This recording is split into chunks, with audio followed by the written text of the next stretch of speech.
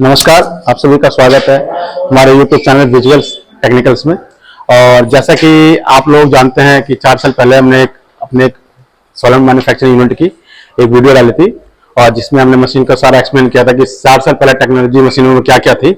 और तो उसी वीडियो को देखते हुए फिर काफ़ी लोगों की रिक्वेस्ट आई, सर जो आपने 4 साल पहले वीडियो डाली थी उससे हमें काफ़ी अच्छी इन्फॉर्मेशन मिली है, तो क्यों ना जो अभी 4 साल बाद क्या टेक्नोलॉजी में चेंजेस आए हैं वो तो भी एक वीडियो और बनाई जाए जिससे हमें मशीनों के बारे में और पता लगे।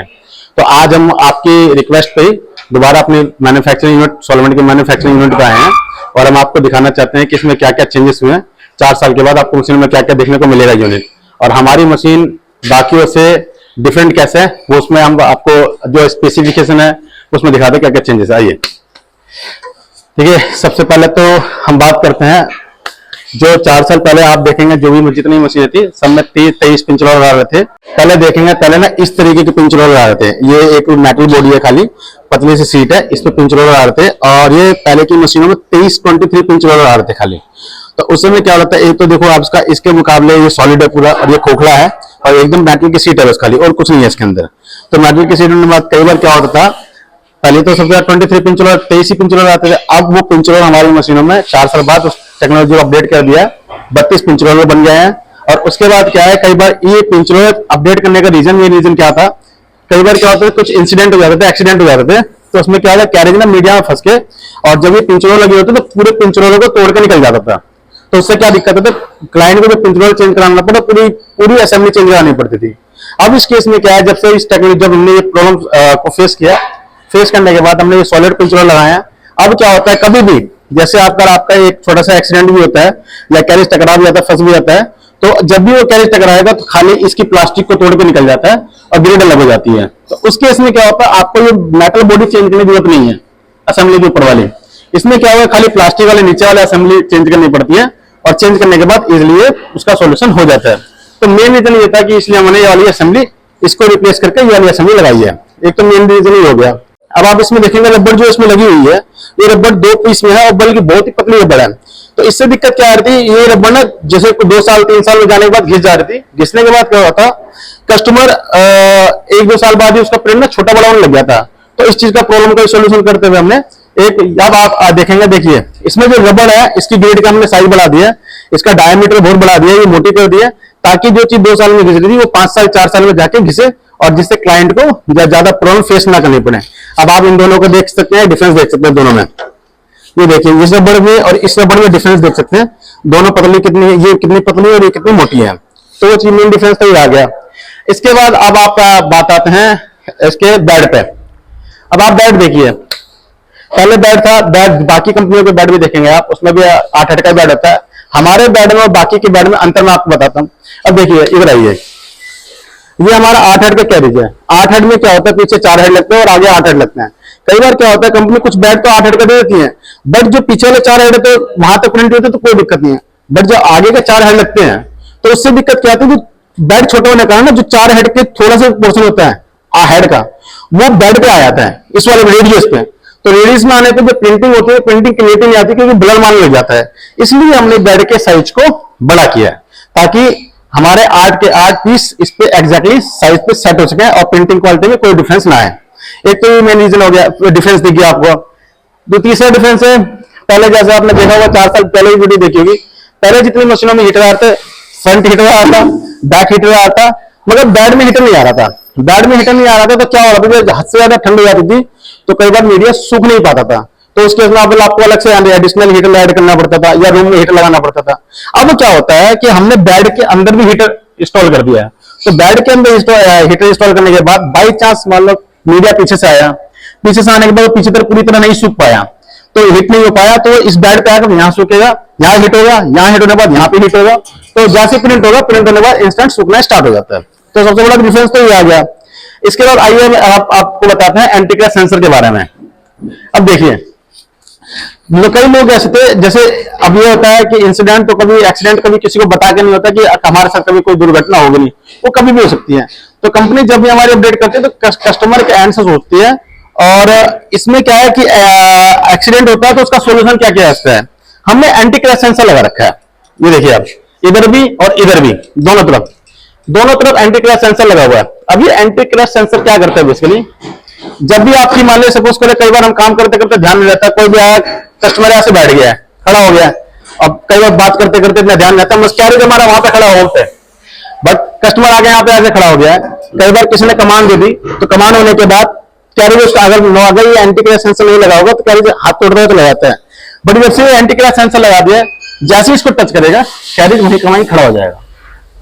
और जैसे मान लो कई बार क्या होता है, कुछ कस्टमर होता है कैंची रख के भूल जाते हैं इसके ऊपर, तो कैंची रख के भूल गए, पिछले क्या होता है कैंची रख दी आपने तो हेड फंसता हुआ हेड खराब हो जाता है आपका। इस केस में क्या होता है, अगर आपके कैंची रखी है, जैसी कैंची से टक्कर खाएगी, ये सेंसर के साथ काम करेगा, ये पावर की कट आउट कर देगा, पावर कैरिज अपना वहीं पर रुक जाएगा। जैसे मान लो कई बार क्या होता है, जैसे मान लो मार्केट में हर बार मीडिया सेम तो होता नहीं है, कई बार कुछ ऐसी मीडिया आता है जिसमें कैरिज फंस जाता है, कैरिज मीडिया में फंस गया, मीडिया में फंसने के बाद तो कैरिज वहीं रुक जाता है, तो उस केस में मीडिया फाड़ता हुआ चला जाता है। बट जैसे ही मीडिया इसके सेंसर पे लगेगा, टच करेगा, तो कैरिज वहीं रुक जाएगा, और वहीं रुकने के बाद आप प्रिंट दोबारा कंटिन्यू वहीं से कर सकते हैं।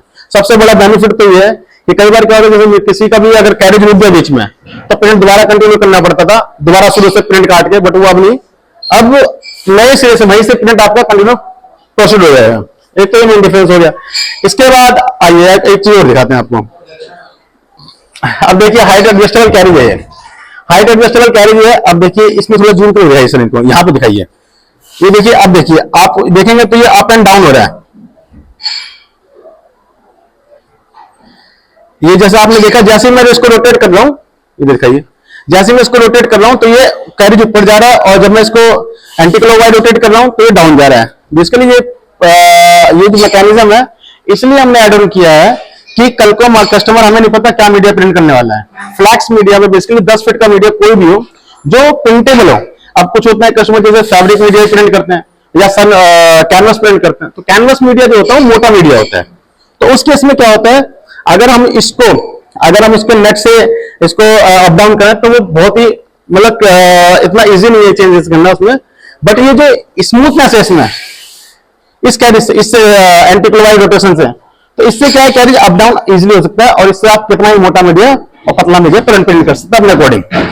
उसके अलावा बेल्ट, अब देखिए बेल्ट, अब कुछ कस्टमर कहते हैं सर आपकी मशीनें महंगी होती हैं, बाकी मतलब लोग इतने की दे रहे हैं, आपकी महंगी मशीन महंगी क्यों है। अब यहाँ पे देखिए, यहाँ पे मार्केट में जो बेल्ट मिल रही है वो 10-10 mm या 15-15 mm की मिल रही है। हमारे पास जो बेल्ट मिल रही है आपको 20 mm की है, तो 20 mm के होने के कारण आपकी एक ग्रिप अच्छी रहती है। जो बेल्ट मार्केट में 2 साल में खराब हो रही है, ये 3 साल 4 साल में खराब होती है। अब ये चीज दिखाते हैं आपको, ये पुली का साइज देखिए, मैंने कई कंपनी में देखा, तो दिक्कत क्या होती है कि क्या कहते हैं, मान लो 20 mm की बेल्ट है, तो जो उनकी टावर पुली बोलते हैं बेसिकली इसको, टावर पुली में जो होता है 20 mm की बेल्ट में 20 mm की ही पुली लगाते हैं। अब उससे क्या होता है, बेल्ट में कई बार अप एंड डाउन चल जाती है, क्योंकि अलाइनमेंट हल्की सी भी आउट होती है, अप एंड डाउन जाती है। तो उस केस में क्या होता है, बेल्ट काटते हैं और आपकी बेल्ट कट जाती है। अब इसमें क्या होगा, हमारे जो पुली 25 mm की है, तो बेल्ट को ना गैप मिल रहा है ऊपर नीचे रोटेट करने के लिए, तो उससे क्या होगा, जो बेल्ट आपकी 2 साल में खराब होती है वो 4 साल में जाके खराब होगी, तो इससे आपके बेल्ट की लाइफ बढ़ गई है। एक तो देखिए, दूसरी बात, एक और बात है इसमें, अब देखिए जो बाकी अदर कंपनी में देखेंगे आप, उसमें आपको देखिएगा हाई व्हील की गाइड रेल यूज कर रहे हैं। हाई व्हील की गाइड रेल यूज करने से दिक्कत क्या है, उसमें नॉइस होती है, आपको आवाज आती रहती है। अब हम ले रहे हैं टीएच के जापानीज गाइड रेल यूज कर रहे हैं, जैसे आइए दिखाते हैं।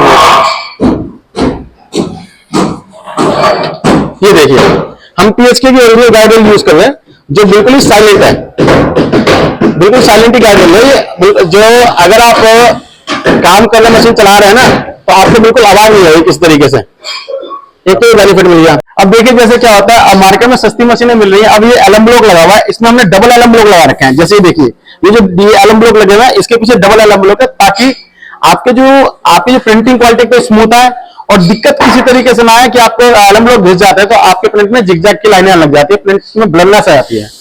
हम डबल एलएम ब्लॉक इसलिए लगाते हैं ताकि हेड की लाइफ बनी रहे और प्रिंट में भी क्वालिटी में कोई दिक्कत ना आए। इसके अलावा तो इसलिए हमारी मशीन थोड़ी सी कॉस्टली होती है। इसके अलावा हमारे पास पर्जिंग बटन देखिए, ये पर्जिंग बटन जितने भी सारे मेटल के बटन है, और ये सारे ग्लो करने वाले अकॉर्डिंग टू पर्जिंग के हिसाब से। अगर आपको जैसे मजेंटा करना है तो मजेंटा जब भी आप प्रेस करेंगे तो आपको रेड कलर का इसमें लाइट जलेगी, और ब्लू में ब्लू की, फिर येलो में, फिर ब्लैक में, इस तरीके से। बाकी जितने मेटल है, तो हमें जितनी चीजें हम इंप्रूव कर सकते हैं वही सारी चीजें हम इंप्रूव कर रहे हैं डे बाय डे। तो आप हमसे लेते हैं मशीनें मार्केट में बहुत मिल रही है, बट हमारी कंपनी यही है कि आपको ज्यादा से ज्यादा बेटर चीजें दे सकें, क्योंकि आप मशीन एक बार नहीं लोगे, आप मशीन एक ही बार लोगे, सॉरी बार बार नहीं लोगे। ऐसा नहीं है आपने एक मशीन ले ली 6 महीने बाद दूसरी मशीन ले लो, क्योंकि मशीन इंसान 10 लाख 12 लाख 15 लाख की इन्वेस्टमेंट करता है जो भी, तो वो एक बार सोचता है कि 10 साल आने वाले 10 साल 15 साल चले। तो चीजें एक बार लो, थोड़ी महंगी लो, बट लाइफ बने जाए। जैसे बता रहे हम लोग मार्केट से हमेशा अपडेट रहते हैं कि करंट में क्या चल रहा है। अब मार्केट में नेगेटिव प्रेशर वाली मशीनें चल गई हैं, तो हमारे पास नेगेटिव प्रेशर का भी ऑप्शन अवेलेबल है। नेगेटिव प्रेशर और पॉजिटिव प्रेशर बेसिकली क्या है, नेगेटिव प्रेशर में क्या थोड़ी आपकी पर्जिंग कम होती है और आपकी इंक वेस्टेज कम होती है। तो जिन भाइयों को अगर नेगेटिव प्रेशर में मशीन चाहिए तो हमारे पास नेगेटिव प्रेशर वाला सिस्टम भी अवेलेबल है। ये जैसा कि आप देखते हैं नेगेटिव प्रेशर में हमेशा एक बॉल लगा होता है जो इंक के फ्लो को रोक देता है, और दूसरा क्या है इसमें हमेशा नेगेटिव प्रेशर में मेटल का सबटैंक लगा होगा। इसके अलावा हमारी कंपनी जो अभी आपको मोटर देती है वो हमेशा पैनासोनिक की 400 वाट की मोटर देती है।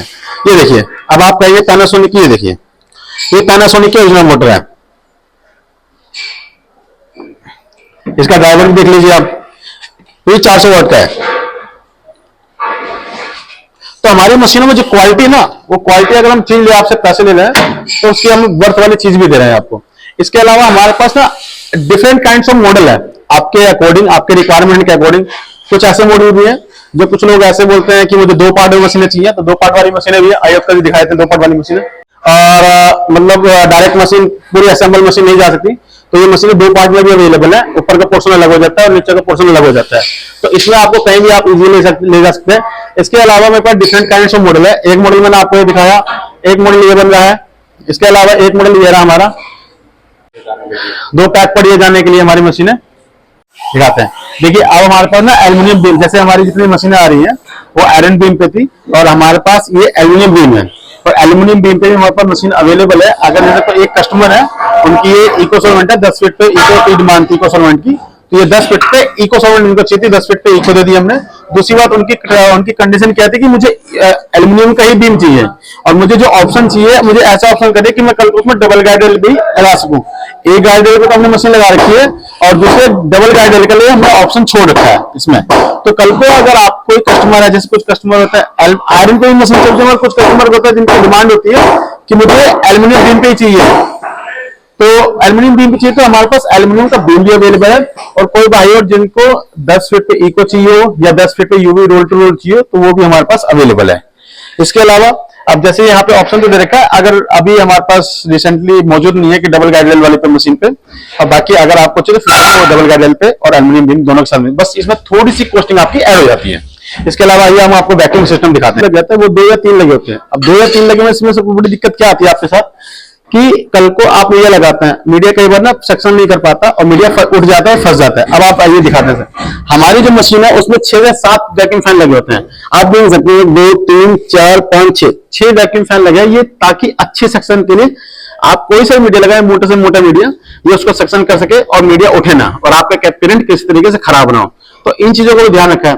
कई बार लोगों के दिमाग में आता है कि विजुअल टेक्निकल थोड़ा सा अगर मशीनों में इंप्रूवमेंट कर दी है, तो अगर इंप्रूवमेंट हो थोड़ी सी एक्सपेंसिव होती है। ऐसा नहीं कि मार्केट में अगर कोई चीज ऐसी मिल रही है तो हमारा बहुत ज्यादा ऐसा नहीं है, माइनर डिफरेंस आता है, बट हाँ हम क्वालिटी दे रहे हैं आपको। तो क्वालिटी हमने आज पूरी तरह बता दी है। इसके अलावा भी अगर किसी भाई को कोई मशीन में मॉडिफिकेशन करानी है या कोई चेंजेस चाहता है तो उसके लिए भी आप हमें कॉल कर सकते हैं। हमारे पास नेगेटिव प्रेशर सिस्टम अवेलेबल है, एल्यूमिनियम बीम पे अवेलेबल है, एल्यूमिनियम बीम के साथ साथ डबल गाइडल पे अवेलेबल है। तो जो भी भाई अगर किसी को भी किसी तरीके की भी रिक्वायरमेंट हो, 10 फीट में यूवी अवेलेबल है, इको सॉल्वेंट अवेलेबल है, और यूवी हाइब्रिड या इको हाइब्रिड में चाहिए तो वो भी हमारे पास अवेलेबल। ये हमारी फैब्रिकेशन वाली यूनिट है। तो यहाँ पे ऐसे नहीं है कि हमारे पास कोई ऐसा माल है कि मतलब हमें डिपेंडेंसी होनी है किसी पे डिपेंडेंसी होने की जरूरत नहीं है। अगर आपने ऑर्डर दिया है तो हमारा कम से कम, अगर मान लो आपका हमने जितना भी टाइम दिया, मैक्सिमम टाइम होगा, उससे कम समय में आपको मशीन आपकी डिलीवर करते हैं। ये बेस हो गया मशीन का, या हीटर वाला बेस पीछे वाला साइड वाला पैनल है। इसके अलावा ये आपको दिखाते हैं, ये अपने रोलर हो गए जिसमें मीडिया रोल रखते हैं हम लोग, ये अपने रोलर हो गए। आइए आपको दिखाते हैं।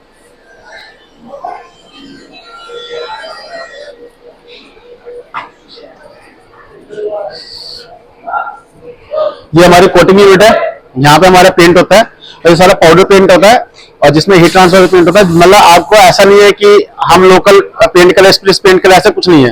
ये भट्टी में पेंट होता है पूरा, और जो पेंट ऐसा होता है कि अगर आपका पेंट लग गया तो आप स्क्रैच भी करने की कोशिश करेंगे तो पेंट नहीं निकलेगा। ऐसा नहीं, मार्केट में कुछ सस्ते लोग आ गए हैं कि आपको अगर आपने सॉल्वेंट की 2 बूंद भी डाली तो उनका पेंट बिखर जाता है, वो निकल जाता है, मेटल की बॉडी पूरी दिखने लग जाती है, नीचे का सरफेस दिखने लग जाता है। बट हमारी मशीन में ऐसा नहीं है। आपको ये भट्टी दिखा देते हैं, देखिए इस तरीके से होती है। ये पूरा पैनल है, ये पूरा पूरा पैनल है। अब इसमें क्या है, इसमें अभी मशीन के कुछ पार्ट्स गए हैं कलर होने के लिए, तो पाउडर कोटिंग इसमें चल रही है। कुछ टाइम बाद ये फिक्स हो जाती है, फिर इसको निकाला जाता है, ये कंप्लीट हो जाती है। तो ये हमारा कंपनी का पूरा एक छोटा सा टूर था जिसमें आपको सारी इंफॉर्मेशन मिल गई है टेक्नोलॉजी के हिसाब से। अगर आपको इसके अलावा भी कोई जानकारी चाहिए तो आप नीचे दिए गए नंबर पर हमें कॉल कर सकते हैं और सारी जानकारी प्राप्त कर सकते हैं।